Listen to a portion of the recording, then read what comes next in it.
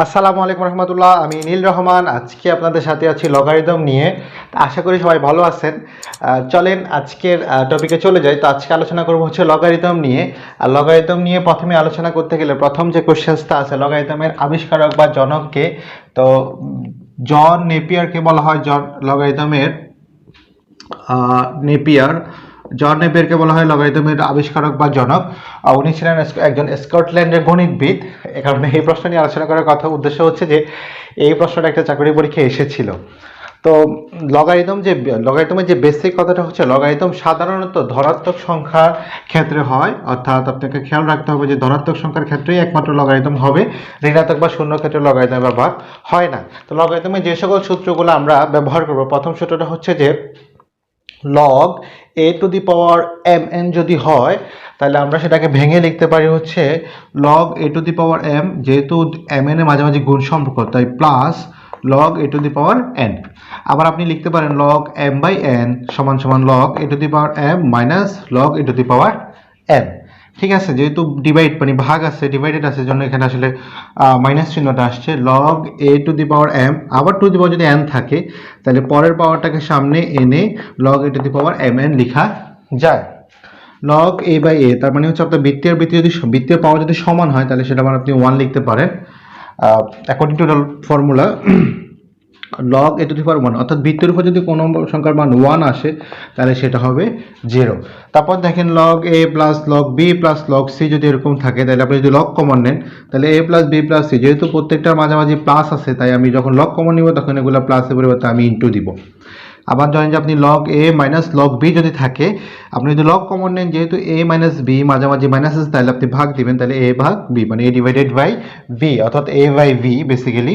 তো এটা সবচেয়ে ইম্পর্টেন্ট সূত্রগুলোর মধ্যে একটা, আপনি এটাকে স্টার দিয়ে রাখতে পারেন, কারণ হচ্ছে এটা খুবই গুরুত্বপূর্ণ এই সূত্রটা, এটা ইউজ হবে আপনার অনেক বেশি।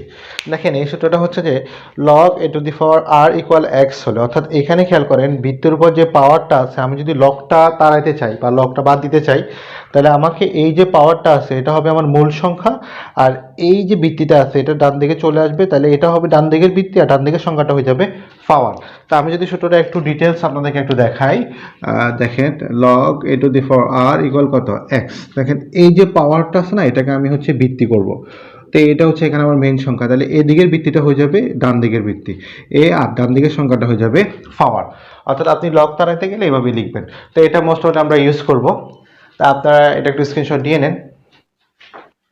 তো চলেন আমরা কিছু প্রশ্ন সমাধান করি। আমি আপনার জন্য কিছু প্রশ্ন বোর্ডে লিখে রেখেছি, এই প্রশ্নগুলো সমাধান করলে আমাদের সূত্র সম্বন্ধে একটু ধারণা চলে আসবে। প্রথম যে কোশ্চেনটা বোর্ডে আছে এটা যদি আপনি খেয়াল করেন, লেখা আছে যে কোন শর্তে log a to the power A equal 1। তা আপনি যদি খেয়াল করেন, আপনি যদি মনে করেন যে শুধু A to the power not equal 1 হবে, সরি এ গ্রেটার দেন 0, অর্থাৎ আমি আগেও বলেছি যার দিকে হ্যাঁ করবে সে বড়। তো এ মিনিমাম 0 থেকে বড় এই সত্যটা না, বেসিক্যালি হচ্ছে যে আপনাকে এই যে মিনিমাম 0 থেকে বড় হইতে হবে এটা ঠিক, তবে 1 হইলে হবে না। যেমন আপনি যদি লিখেন log 1/1 ইকুয়াল 1, এটা কিন্তু আপনার অ্যাকসেপ্টেবল না। তা আপনাকে মিনিমাম log 2/2 ইকুয়াল 1, মানে অর্থাৎ ভিত্তি এ বাই এ হলে এটা ইকুয়াল 1 ধরতে হবে। তো সো আপনি শুধুমাত্র এ থেকে 0 থেকে এ বড় এই শর্তটা দিয়ে আপনি অ্যান্সার দিতে পারবেন না। 0 থেকে এ বড় হইতে হবে এবং এ নট ইকুয়াল 1, মানে এ আর 1 কখনো কি হবে না, সমান হবে না। তাইলে এই শর্তটা অনুযায়ী আপনি log A to the power equal 1 পেয়ে যাবেন। দ্বিতীয় যে অঙ্কটা বোর্ডে আছে এটা খেয়াল করেন, এটা লেখা আছে log 2 টু দি পাওয়ার 8 এর মান কত। 2 টু দি পাওয়ার 8 এর মান নিচের কোনটি? তো এটা যদি আমরা ক্যালকুলেশন করি তাহলে কি আসে দেখেন, log 2 টু দি পাওয়ার 8 কে আমরা লিখতে পারি 2 কিউব। কিভাবে লিখতে পারি দেখেন, আমরা যদি লিখি 2 ইনটু 2 ইনটু 2, তাহলে 2 দুগুণে 4, 4 দুগুণে 8। আশা করি যে এই ইকুয়েশনটা আপনি বুঝতে পারছেন। তো এখন আপনার কাছে একটা সূত্র ছিল log a two the power m, তো m টাকে যদি আমরা সামনে নিয়ে আসি তাহলে হচ্ছে 3টাকে সামনে আছে log 2 টু দি পাওয়ার 2। তো log a two the power a এর মান কত 1, তাহলে আপনি লিখতে পারেন 3 ইনটু 1 ইকুয়াল হচ্ছে আপনার 3, 3 একে 3। তাহলে আপনার অ্যান্সার হচ্ছে অপশন সি। অপশন সি হচ্ছে আপনার অ্যান্সার। ঠিক আছে, দেখেন পরবর্তী কোশ্চেনটাতে কি দেওয়া আছে। পরবর্তী কোশ্চেনটাতে আছে log 3 টু দি পাওয়ার 1/9। এখন এটার মান যদি আমরা বের করতে যাই, প্রথমে আমরা যে কাজটা করতে পারি সেটা হচ্ছে log 3 two the power 3 square করতে পারি। 3 স্কয়ার 1/3 স্কয়ার, তার মানে খেয়াল করেন 3 9 1।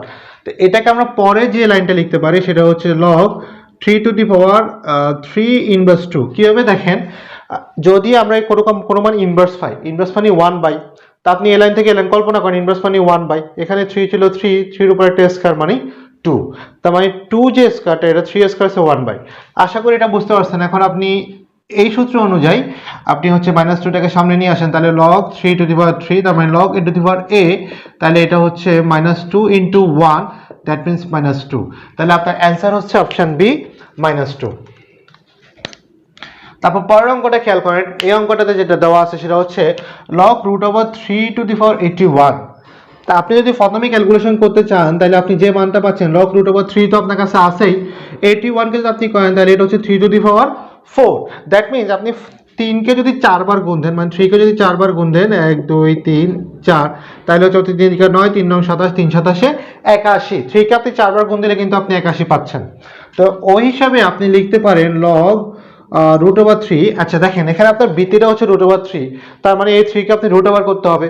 তো কোনো সংখ্যার উপর √ওভার করলে সেটাকে স্কয়ার দিতে হয়, কারণ স্কয়ার আর রুটে হচ্ছে কাটাকাটি যায়, তাহলে আপনার আগের মানটা আসে। তো এখানে যদি আপনি একটা স্কয়ার দেন, আপনার আগে থেকে ছিল কত 4, তাহলে আপনি লিখতে পারেন হচ্ছে log √3 আর 4 দুগুণে কত 8। এখন এই সূত্র অনুযায়ী আপনি এটাকে সামনে নিয়ে আসেন, তাহলে আপনার হচ্ছে log √3 টু দি পাওয়ার হচ্ছে, বাট log a/a, তাহলে আপনি লিখতে পারেন হচ্ছে log a এর মান 1, দ্যাট মিন্স 8। তাহলে আপনার অপশন অনুযায়ী অপশন ডি হচ্ছে আপনার অ্যান্সার। আশা করি এই 4টা অঙ্ক আপনি বুঝতে পারছেন।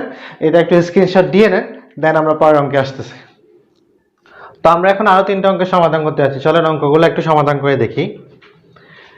যেমন এই প্রশ্নতে দেখলাম যে হচ্ছে log 10, তো এটা ধরি হচ্ছে যে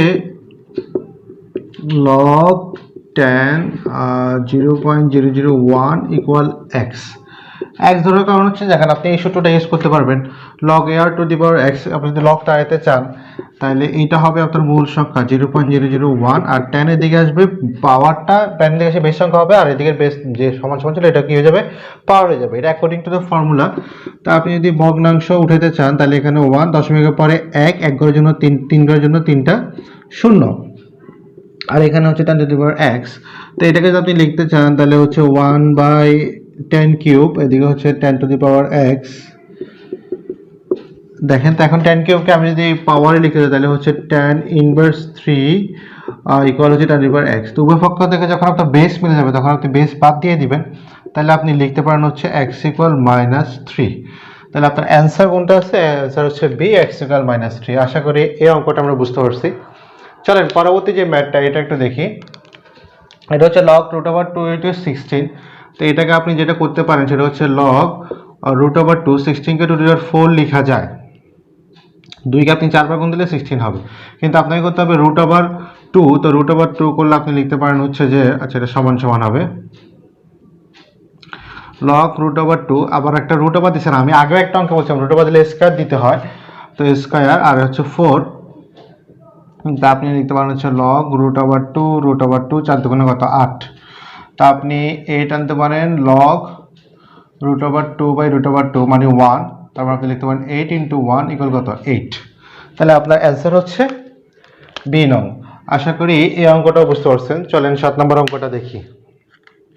7 নম্বরে যে কোশ্চেনটা আছে এটা হচ্ছে log x two the power 1/16 equal -2। তাইলে আপনি হচ্ছে যে এই 1/16টা হবে আপনার এদিকে মূল সংখ্যা x, টা এদিকে মূল সংখ্যা হবে, বৃদ্ধি হবে, আর এদিকে সংখ্যাটা পাওয়ারে পরিণত হবে।